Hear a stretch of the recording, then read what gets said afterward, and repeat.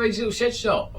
I need to make one more Christmas present for someone who's done a lot for me over the past year and a half. And well, he's helped me lose 6 stone, so go me, and thank you very much. So I think I'm going to make him a sign for his desk. I've not done it before. I don't know if I can do it, but I think I'm going to make it out of some dash that I've got. Turns out the way I see it in my head, it will look beautiful. Right, let's crack on. Right, table saw. So I've set up the depth of this, width, the gap for the depth of this, because I want to rip a piece that is square essentially, definitely. And someone's nicked the nice new gloves. And they're not working. And they're not working. They're gloves. How are they not working? Are they on your hands? Then they are working. Let's get this cut. Looks square to me. So I've marked this 12 inches long. About the right length that I'll need. This has now been marked out where I want to put the writing. I'm not 100% sure how I'm doing this because I've not done it before.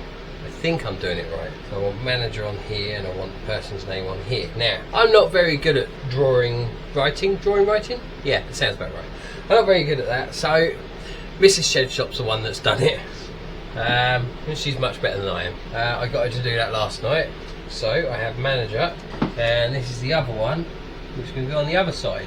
So I just cut that out, tape this up, stick this on, and then tape it again. And then we can work out how to cut it out. Now, I've not done this before, so I'm not 100% sure if I'm doing it right.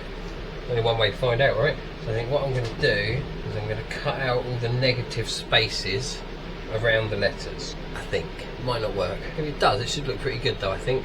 Plus I've never cut ash either on the scroll saw this thick, so that'll be interesting. We'll get this stuck on now. Let's get drilling. Give it a quick sand so it's flat. Okay, I've never actually cut anything quite this thick before, so I do know it's let the saw do the work and go slow.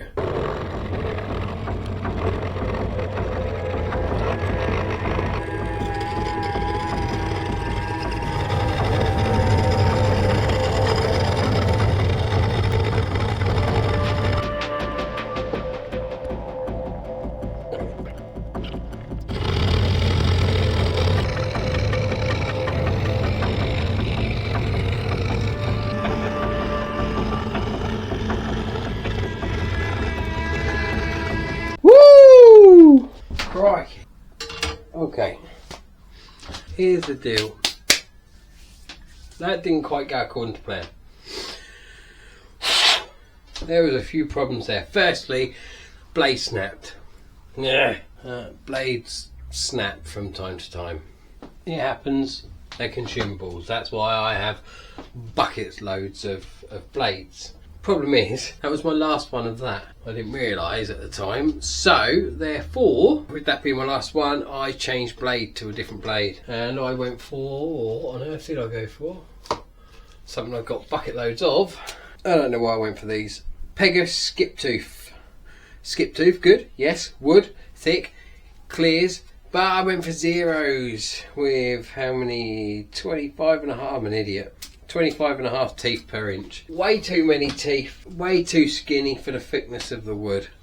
And that just started causing me problems. And because I had to take out all those bloody pieces one at a time and in bits, I've ended up where I'm not going to be able to do the top one, I don't think. Here's the thing about a gift. The person who's receiving it doesn't know they're getting it usually, correct? Therefore, a gift is a gift. I'm going to finish this with some sanding and a finish of sorts. I don't know what. Maybe a stain. No, I quite like the ash. I think it's quite beautiful. And it comes up very nicely when it's, yeah. I think I might lacquer it or shellac it or wax it. That'll be tomorrow because it's getting pretty cold. Like I said, this was a gift for someone who, without the help of, I couldn't have lost 6 stone in the past 2 years. So he's the manager of my local gym, which I go to. Nice bloke. We know what I did wrong. Took out all of the interior bits. Partially my own fault. Well, it's totally my own fault. I did that because it's the first time that I've actually done this. Yeah, I mean, it's just that simple. First time I've done it. What should I have done? I have no idea. Make sure I had plenty of the right blade. That's probably the thing I should have done. What I started with. So, as I didn't, and I changed my blade to a thinner blade and completely different blade, too many teeth and too thin, I thought, oh, you know, this should make it work. It meant that I cocked up. So because everything had to come out, I couldn't do the top piece, but I quite like the way that's come out. Now I just need to do a bit of sanding. I caught it on the rear through the power of editing, because that's what us woodworkers do. We edit when we sand, and like I said before, it's a gift. Just gonna chamfer the edge slightly, just, you know, roll it over. I'm just going to do it on the disc sander. I was going to do it on the belt, but the belt's not long enough to do this in one, and I know I'll cock it up. I don't need to do a lot. I don't know if I'm even going to do it all the way around. I might just do 2 edges, or I might just do the rear and leave the front. I like that idea, do the rear, leave the front. Gift though, therefore no one ordered this, therefore they didn't ask for it to be on the top. That was just my cockamamie idea.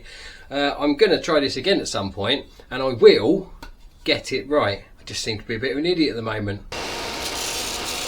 Okay, so what I have done is I have used pretty much the last of it. I need to get some more of this.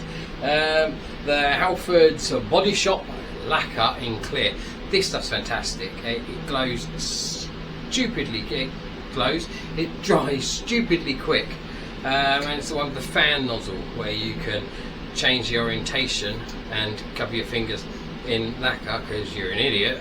This is what I've used. It's absolutely fantastic. Needs buying up can. I think there's only about a tenner. Awesome. If you use it, I swear down, you will be amazed how quick it dries. Obviously, a full cure is you know, the normal 2 weeks, but touchable, almost instant. Not almost instant, that's a lie. In the world of lacquer, touchable in about 20 minutes, which is pretty much almost instant. Although I am giving this to Matt tomorrow, and it's actually my birthday tomorrow, so it won't be obviously when this video goes out. So there you go. Anyway, I'll be giving this to Matt tomorrow. So what I'm going to do is I'm going to accelerate the drying. Sounds daft, but you might hear my fan going on in the background, and it's very, very good. And I'm literally just going to hold my heater, which is on full, by the way. It's 2.8 kilowatts, hence I had to buy a new cable for the shed. Accelerated drying.